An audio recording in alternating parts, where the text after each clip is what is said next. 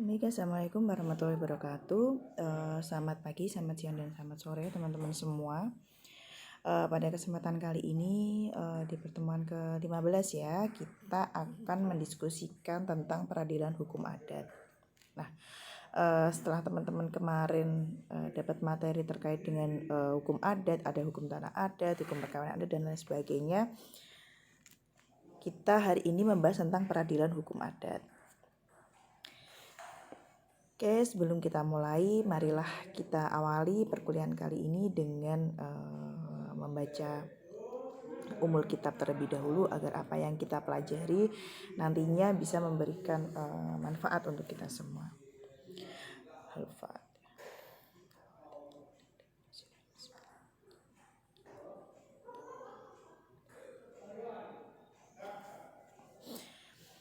Oke, kita membahas tentang pertama dasar hukum ya di dalam pengertian peradilan hukum adat. Di dalam pasal 281 ayat 3 UUD 45 itu dijelaskan bahwa identitas budaya dan hak masyarakat tradisional itu dihormati ya seiring dengan perkembangan zaman dan peradaban yang ada. Nah, hal ini juga diperkuat oleh pasal 6 ayat 1 Undang-Undang Nomor 39 tahun 99 tentang HAM ya, hak asasi manusia, di mana yang menyebutkan bahwa di dalam rangka penegakan HAM, perbedaan dan kebutuhan dalam masyarakat hukum adat juga harus dilindungi dan diperhatikan oleh hukum, masyarakat, dan juga pemerintah. Sehingga di sini hukum adat itu punya tempat untuk diperhatikan ya di Indonesia. Nah, ini membuktikan bahwa secara konstitusional dan dalam hak asasi manusia ya, keberadaan dari peradilan hukum adat itu dikasih tempat, dikasih space, yaitu diakui keberadaannya atau eksistensinya. Nah, pada masa berlakunya Undang-Undang tentang Pemda atau pemerintah daerah ada diperlakukan tentang fungsi hakim perdamaian desa ya, itu diakui keberadaannya sebagai salah satu tugas kepala desa ya. Jadi di dalam undang-undang pemerintah daerah ya ada fungsi hakim perdamaian desa ya. Kemudian sekarang menjadi undang-undang desa, di mana di situ lebih lebih jelas atau lebih detail diatur tentang fungsi dari perdamaian desa itu ya, hakim perdamaian desa. Tujuannya apa? Yaitu untuk memberikan titik temu ya atau penengah di antara misal ada konflik-konflik antar desa di adat tersebut. Kemudian di dalam penjelasan itu juga menegaskan bahwa kekuatan mengikat dari penyelesaian perkara di tingkat desa itu bahwa perselisihan itu bisa diselesaikan oleh kepala desa ya, yang bersifat mengikat dan mengikat antara pihak-pihak yang melakukan perselisihan atau yang berselisih itu tadi. Lalu ini di dalam Undang-Undang Pemda juga penyerahan tugas kepada kepala desa berdasarkan perda ya yang ada itu, sehingga menjadi salah satu-satunya landasan hukum bagi hakim perdamaian desa ya dalam penyelenggaraan atau penyelesaian masalah yang ada di desa.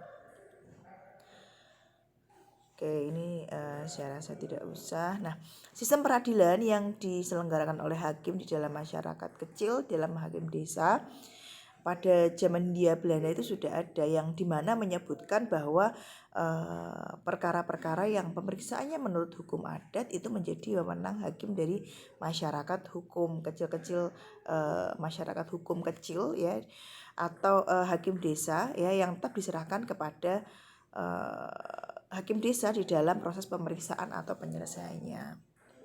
Nah, ini juga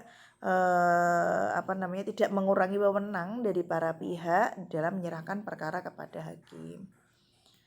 Nah, hakim yang dimaksud ini tujuannya apa? Yaitu untuk mengadili menurut hukum adat. Mereka tidak boleh mengenakan hukuman, jadi hanya memutuskan saja. Nah, ini nggak usah. Ini ada beberapa kesimpulan ya, bahwa peradilan adat itu adalah penyelesaian perkara secara damai ya. Bukan peradilan adat yang dahulu disebut peradilan pribumi atau peradilan swapraja. Nah, jenis-jenis peradilan dan peradilan yang menerapkan hukum adat itu ada 5 macam tatanan peradilan yang berlaku di Indonesia. Ada tatanan peradilan Gubernermen atau Government Recht ya, yang meliputi seluruh wilayah Hindia Belanda yang terdiri dari macam-macam jenis peradilan. Kemudian ada juga namanya peradilan pribumi ya, yang ada di daerah-daerah, yaitu yang mendapatkan kebebasan untuk menyelenggarakan peradilannya sendiri dengan hakim-hakim pribumi. Hakim pribumi itu siapa ya, yang dipilih oleh masyarakat adat tersebut untuk menyelesaikan suatu sengketa di tempat tersebut. Kemudian ada peradilan swapraja ya, itu terdapat di daerah-daerah swapraja. Lalu ada peradilan agama ya, aturan agama di daerah Hindia Belanda ya. Itu merupakan bagian dari peradilan pribumi atau peradilan swapraja. Kemudian ada juga peradilan desa ya, yang terdapat di dalam masyarakat desa. Yang ini sering disebut dengan peradilan adat. Nah, dari 5 tatanan peradilan itu kita bahas satu-satu ya, bagaimana landasan untuk mengadili suatu perkara pada peradilan tersebut. Nah, pertama adalah peradilan pribumi tadi ya. Peradilan pribumi ini punya wewenang untuk mengadili perkara yang terjadi antara orang-orang bumi putra yang tidak termasuk wewenang peradilan Gubernermen ya, yang mana orang-orang bumi putra dimanapun ia berada, kalau tidak menyelenggarakan peradilan sendiri maka peradilannya dilakukan atas nama raja atau ratu Belanda. Itu tadi peradilan pribumi ya. Kemudian yang kedua itu ada peradilan desa ya. Untuk peradilan desa ini merupakan bagian dari peradilan pribumi di daerah Jawa dan kadang merupakan peradilan swapraja di luar Jawa, misalnya di Madura. Di beberapa daerah tertentu peradilan desa ini juga merupakan bagian dari peradilan Gubernermen, seperti peradilan desa di Ambon ya. Itu jadi tingkatannya kalau yang desa itu juga termasuk peradilan Gubernermen. Karena apa? Peradilan desa di Ambon misalnya, Saparua di Banda Karesi Maluku ya. Nah, nama-nama dari peradilan desa ini juga bermacam-macam. Ada di Tapanuli dengan Palembang pasti berbeda ya. Itu banyak sekali. Ada Sudat Sulawesi Selatan ya, Perapatan Kalimantan Selatan dan Timur, Majelis Gorontalo ya. Itu berbeda-beda setiap wilayah. Nah, ini dilakukan peradilan ini secara majelis oleh para kepala desa dan kepala masyarakat hukum adat setempat. Jadi di masyarakat itu ada masyarakat hukum adat ya, di situ yang teman-teman sebelumnya sudah pelajari, di mana ada kepalanya ya, yang nanti dibuat dalam bentuk majelis dalam penyelesaiannya. Kemudian penyelesaiannya dilimpahkan kepada kepala masyarakat hukum adat dan juga kepala desa di dalam menyelesaikan perkara-perkara atau memutuskan peradilan itu, peradilan desa tersebut di dalam menyelesaikan perkaranya. Kemudian ada peradilan swapraja ya. Ini adalah kekuasaan otonomi pada suatu daerah yang juga punya kewenangan di dalam daerah-daerah swapraja. Ini ada di zaman Hindia Belanda dulu ya. Ini ada 4 daerah swapraja ya, biasanya di daerah kesultanan, di Jogja, Surakarta ya. Itu menggunakan peradilan swapraja. Nah, peradilan untuk swapraja ini diserahkan kepada kekuasaan peradilan Gubernamen ya, di mana ini tetap dilaksanakan ya, karena memang menghargai adat atau budaya yang sudah berkembang di tempat tersebut. Lalu ada putusan dalam perkara hukum adat ya. Jenis-jenis putusan tadi kalau peradilan kita ada beberapa peradilan yang ada. Kemudian putusan ya, putusan itu ada beberapa jenis putusan hakim dalam proses persidangan dan pemeriksaan di pengadilan negara yang menggunakan hukum adat. Maka hakim bisa mengambil keputusan yang pertama yaitu putusan menyamakan ya, di mana putusan hakim ini mengandung isi ya, yang sama dengan putusan hakim terdahulu karena perkaranya sama atau bersamaan kejadiannya. Kemudian putusan menyesuaikan ya, putusan menyesuaikan di mana putusan seorang hakim itu mengandung isi yang disesuaikan dengan kaidah-kaidah hukum tradisional ya. Lalu ada putusan menyimpang ya, di mana putusan hakim itu mengandung isi yang menyimpang dari kaidah hukum adat yang berlaku. Lalu ada putusan menyampingkan ya, di mana putusan seorang hakim itu mengandung isi yang mengesampingkan atau menyisihkan kaidah-kaidah hukum adat yang berlaku di situ.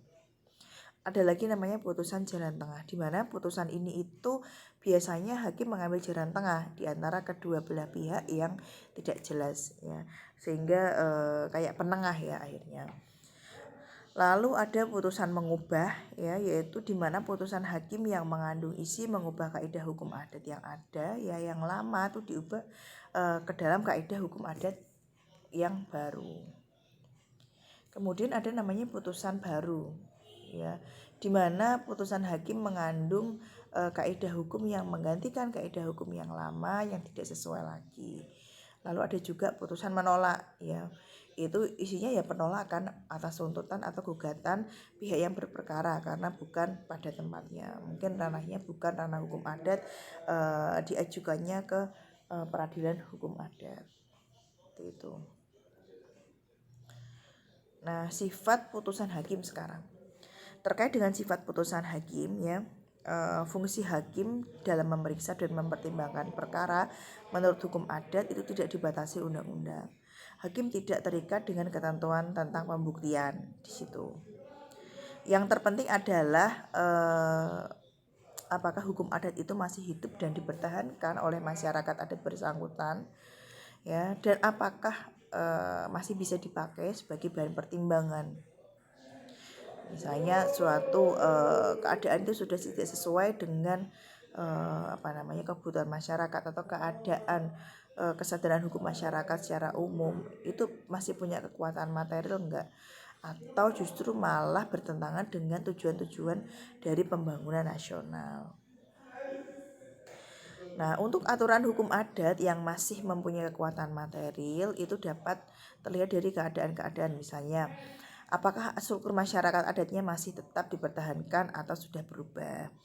Apakah kepala adatnya ya serta perangkat hukum adat yang ada di wilayah tersebut masih bisa atau tetap berperan sebagai petugas hukum adat, atau malah justru itu sudah menyimpang atau sudah tidak berjalan di situ. Lalu apakah masih sering terjadi penyelesaian perkara dengan keputusan-keputusan yang serupa? Selain itu pertimbangan yang lain ya itu adalah apakah ada kaidah hukum formal yang masih dipertahankan atau sudah ada perubahan-perubahan di dalam hukum adat itu. Jadi hukum adat itu juga bisa bergeser, tidak terus kaku tetap pada aturan-aturan yang lama, tapi juga masih bisa berubah. Lalu terkait dengan Pancasila juga, apakah hukum adat itu bertentangan tidak dengan Pancasila dan Undang-Undang Dasar serta politik hukum nasional yang ada.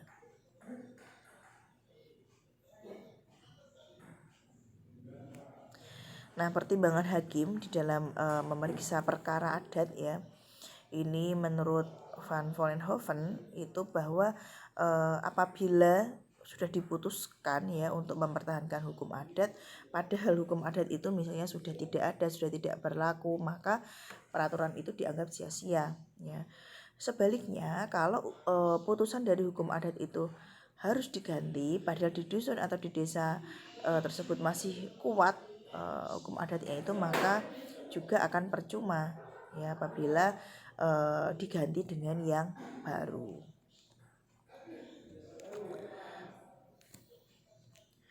Oke, selanjutnya Ini terkait dengan penyelesaian perkara di dalam masyarakat adat ya secara damai. Merupakan budaya hukum adat masyarakat di Indonesia. Jadi kalau kita di peradilan umum ya itu ada mediasi ya upaya penyelesaian secara damai yang dilakukan. Nah ini di peraturan hukum adat juga seperti itu ya, semua perkara yang menurut hukum adat termasuk kekuasaan hakim itu diadili oleh para hakim ya. Nah ketentuan itu tidak mengurangi hak berperkara di setiap mengajukan perkara kepada hakim yang dimaksud. Nah di hakim itu nanti menyelesaikan atau mengadili perkara menurut hukum adat ya. Mereka tidak boleh menjatuhkan hukuman. Yang menjatuhkan hukuman nanti adalah pemberian sanksi ya di dalam peradilan hukum adat. Nah ini ada beberapa contoh ya peradilan adat di Aceh ya, kalau teman-teman belum ada gambaran bagaimana peradilan adat yang ada di Indonesia, salah satunya ada di Aceh ya. Ini dasar pelaksanaannya yaitu Undang-Undang Nomor 44 Tahun 99 tentang penyelenggaraan keistimewaan Aceh, tentang pemerintahan Aceh ya, itu memberikan ruang untuk menghidupkan kembali kearifan lokal di Aceh. Nah di sana juga ada beberapa regulasi ya, konon nomor 4 tahun 2003 tentang pemerintahan mukim. Nah, di mana mukim itu merupakan lembaga adat yang berada di kecamatan. Ini contohnya nih, memberikan gampong di dalam melakukan kegiatan gampong, tentang organisasi dan hubungan tata kerja Majelis Adat Aceh dan lain sebagainya. Di mana lembaga-lembaga tersebut ya, lembaga adat tersebut memberikan atau mempunyai tugas dan wewenang masing-masing lembaga di dalam penyelesaian perkara di masyarakat adat di Aceh. Kemudian mekanisme penyelesaian peradilan adat ya, ini penyelesaiannya mekanismenya dipandang sebagai hukum acara adat ya, kalau kita bisa menyampaikan. Nah tahapannya adalah laporan atau pengaduan ya para pihak atau tertangkap tangan atau tertangkap basah baik oleh masyarakat ataupun pihak yang berwajib sampai dengan pelaksanaan putusan. Ya di dalam pengaduan atau pelaporan ya,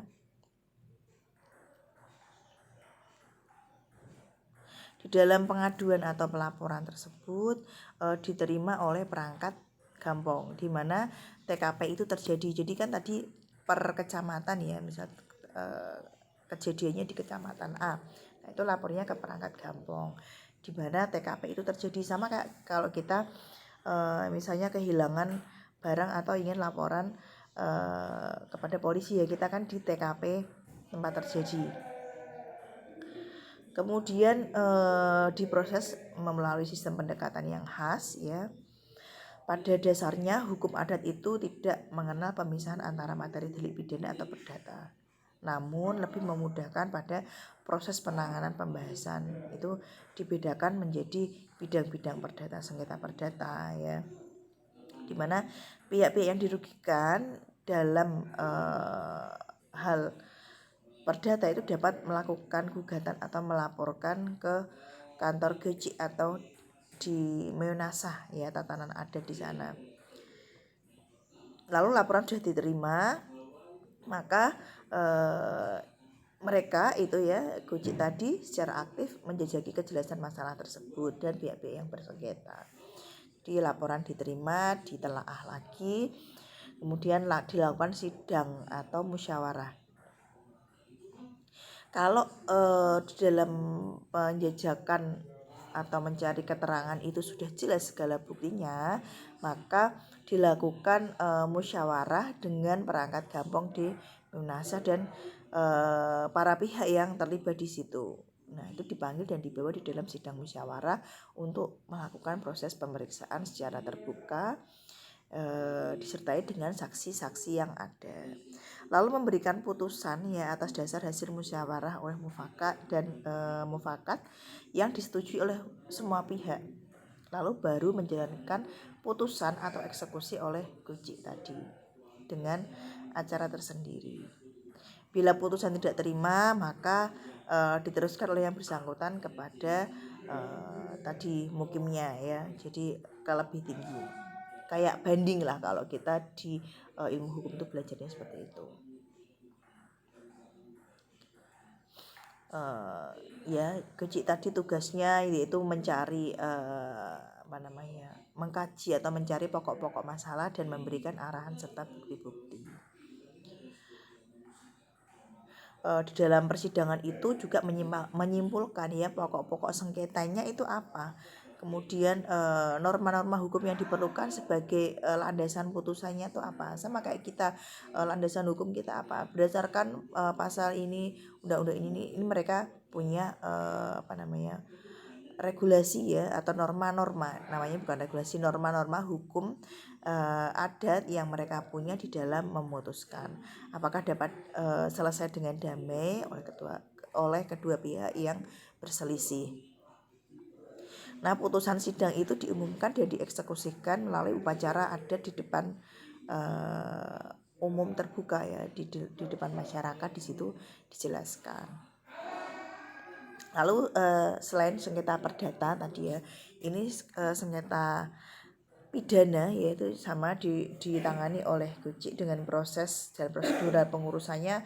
Yang pertama pengaduan dan pelaporan ya, harus ada pengaduan atau pelaporan terlebih dahulu, kemudian melakukan pengamanan ya untuk menindaklanjuti penahanan di dalam bentuk perlindungan pada siapa, dua belah pihak yang berselisih tadi ya. Kemudian mengkondisifkan suasana terutama pihak keluarga yang dirugikan, baru rapat persiapan ya. Rapat persiapan itu dengan melakukan penyelidikan dan penyidikan kepada para pihak yang berkoordinasi dengan perangkat adat ya dan anggota gampong tersebut. Kemudian ada pemeriksaan duduk perkara ya, itu dengan apa, pemanggilan kedua belah pihak untuk diminta keterangan tentang sengketa yang terjadi. Nah, pemanggilan kedua belah pihak itu dilakukan secara terpisah ya, kecuali dalam perkembangan yang memungkinkan kedua belah pihak itu bisa bersamaan di dalam pemeriksaan lanjutan. Lalu membuka sidang musyawarah di Munasa, kemudian menenangkan suasana ya, kalau pidana itu kan lebih rame ya. Dan kemudian data-data pembuktian kalau sudah lengkap, baru para pihak dan wakil keluarga itu dibawa ke sidang musyawarah Munasa. Lalu di dalam persidangan itu sama seperti peradilan ya, yaitu mendengarkan pembelaan dari masing-masing pihak secara formal di hadapan perangkat gampong ya atau badan yang berwenang di dalam penyelesaian sengketa tersebut. Untuk keputusan sidang musyawarah ya, untuk bahan pertimbangannya di dalam memutuskan itu ditentukan oleh peran dan arahan ya dari urung tuha atau perangkat adat yang ada di situ. Kalau hasil penyelidikan itu dipandang cukup, maka bisa dilakukan sidang awal dalam pengambilan keputusan. Nah, di dalam sidang awal ini persidangan itu terbatas ya, hanya dihadiri oleh guci, Tengku Munasa, lembaga adat yang terkait atau yang disepakati ya, yang terlibat di dalam penyelesaian sengketa tersebut. Eksekusi atau pelaksanaan penetapan keputusan ya itu di suatu upacara yang ditetapkan pada waktu yang disetujui bersama ya, berupa pembukaan rapat dulu, penjelasan duduk perkara, prosesi penyelesaian sengketa adat oleh guci atau perangkat gampong ya, kemudian baru penandatanganan naskah persetujuan damai oleh para pihak dan saksi, kemudian diserahkan pada para pihak, tembusan kepada polisi dan majelis adat Aceh kecamatan untuk dokumennya. Kemudian acara bersalaman damai Pomajaro pada pihak yang dibimbing oleh Becik tadi. Jadi diselesaikan. Ada adat bersalaman damai. Kemudian bila ada kaitan dengan sengketa yang memerlukan ganti rugi, ya penyerahan denda atau ganti rugi bisa dengan persetujuan, misalnya ganti rugi dengan kambing, dengan uang, emas, atau biaya pengobatan sesuai dengan persetujuan yang disepakati tadi. Kemudian baru ada sambutan-sambutan atau kata nasihat dari tokoh masyarakat yang dianggap layak atau patut di antara para peserta yang hadir. Lalu setelah itu ada pembacaan doa penutup. Nah, sanksi yang dapat digunakan dalam penyelesaian sengketa adat di dalam peradilan adat, ya, itu antara ada nasihat, teguran, pernyataan maaf, denda, ganti rugi, ya, dikeluarkan dari masyarakat Gampong, pencabutan gelar, dan bentuk sanksi-sanksi lain yang sesuai dengan adat-adat setempat. Lalu ada penggantian kerugian di dalam peradilan adat Aceh, ya. Itu ada misalnya kerugian non material, membayar uang adat, membebankan biaya kenduri atau selamatan atau pemotongan kurban, misal. Penutup malu dengan acara khusus permintaan maaf di Menasa atau Balik Gampong. Ini tergantung dari peradilan adat ini. Kita kan contohnya di Aceh, ya. Itu mungkin dari saya. Ini contoh-contoh yang ada di Indonesia, yang lain juga masih banyak sekali. Jadi saya menyontohkan salah satu aja, ya. Di Aceh itu seperti itu contohnya di dalam proses peradilan adatnya. Itu mungkin dari saya, teman-teman. Nanti kita lanjutkan lebih lanjut dengan diskusi. Terima kasih atas perhatiannya. Assalamualaikum warahmatullahi wabarakatuh.